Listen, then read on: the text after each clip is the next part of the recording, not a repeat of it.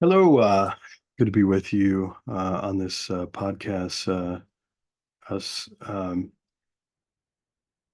soul creation or created souls, the creation of self, created souls. Uh, we've been talking about some of the data regarding the doctrine of the soul, the immortality of the soul doctrine, and how it's come under fire in contemporary history. Um, but it fails to map onto what we find in scripture, as well as what we find in history and in dogma. And so there's been a very popular teacher, you might say, in evangelical Christianity that has been not only very vocal in her opposition to the soul doctrine, as well as obviously the immortality of the soul, but also has published considerable amount on the doctrine of humanity, anthropology, from her kind of bent toward a form of what is called non-reductive physicalism, and a form of physicalism that holds that obviously we are, as human beings, um, material beings, and that as material beings, um, this would certainly rule out the doctrine of the intermediate state. And so she's done this with a kind of uh,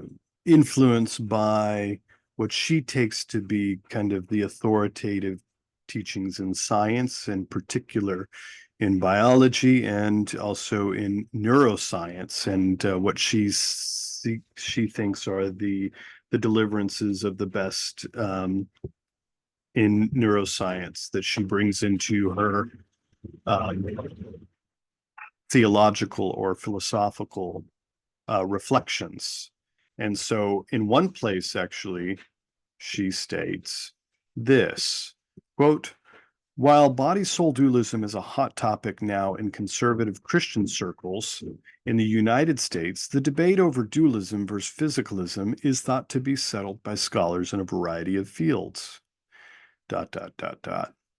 Biblical scholars called body-soul dualism into question beginning a century ago, but given the current popularity of books for and against the soul, they apparently neglected to inform their congregations. The concept of the self has long served as a replacement for the soul in a number of disciplines such as psychology and in ordinary language as well. No significant neuroscientist has been a dualist since the death of Sir John Eccles, end quote. Well, this is quite a strong statement, quite a declaration against the doctrine of the soul that has been held throughout church history, and also held in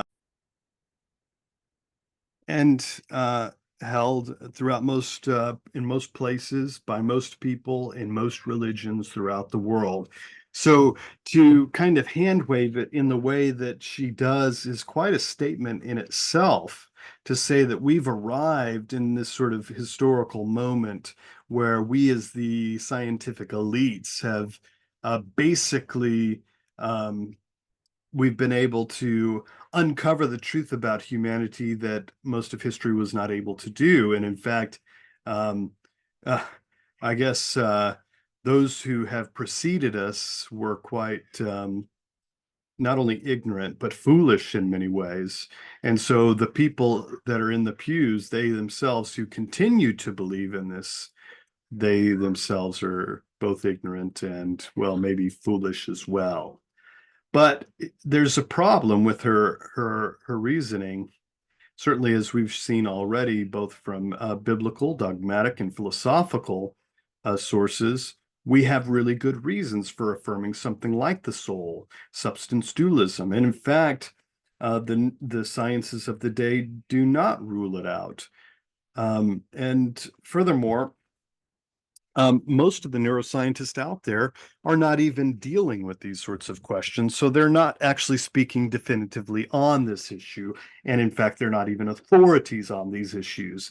They don't have any role or authority to speak on the issue definitively that we are, in our essence, physical through and through. They don't have any authority to do so. And in many respects, they're not even dealing with the material, or roughly, um, I use that loosely, material. Um, they don't even have access to the right source of information to make determinate the fact that we are not souls, or the fact that we are solely material beings. So it's actually, the statement itself is actually quite arrogant, and and quite humorous at one level. But also, it's interesting because uh,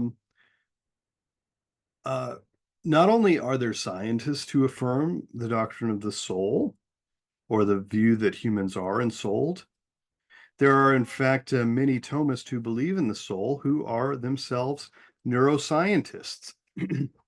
Michael Egnor is certainly one, but there are many others. And Interestingly, there's a resurgence of interests among those who are neuroscientists and invested in consciousness studies right now, who are affirming or reaffirming something like the soul as well. So to say that no neuroscientist affirms the doctrine of the soul would be uh, a bit ridiculous and heavy-handed, and quite an overstatement. Robert Sheldrake, in fact, trained in the sciences, invested in consciousness studies. He himself is not a Christian or really a theist. Nonetheless, he affirms that at its base, something like an immaterial core is foundational, and necessarily explains consciousness itself. And so that is at the heart of how we are to understand all of reality, science, medicine included. Science and medicine included are not solely material in nature. In fact, something is immaterial at its base and central to the explanation of um, even material processes themselves. And so uh, he actually argues this in his books, the Science Delusion, which was a very popular, and uh, it sold quite well. It was a bestseller of some sort. But anyway, that just goes to show that the statement made by Nancey Murphy is pretty excessive overstatement. And so there's several things wrong about the picture that she is portraying in this quote, which she says in varying ways in other contexts as well. This was just a particularly pointed quote that I wanted to share with you. But anyway, there's lots of problems with this. Not only does it sound elitist, anyone who's familiar with the actual data and the growing reflections in literature on consciousness studies knows this isn't true. Second, biblical scholarship does not obviously rule out the soul either.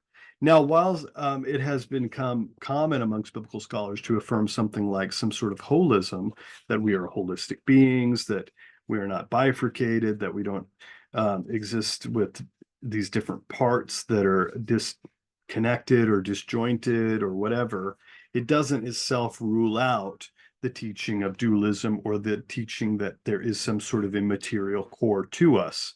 And in fact, there is a growing number of contemporary biblical scholarship, or literature in the biblical scholarship world, that is affirming and retrieving this older doctrine of the soul once again.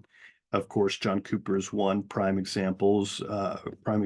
Richard Steiner, an Old Testament scholar, is another example, but there are many other scholars as well who are retrieving this older notion. So it's just not true to affirm this idea that biblical scholarship has basically ruled out the idea altogether. Third, this is kind of an argument from authority, but it's not a good reason to believe in the non-existence of the soul.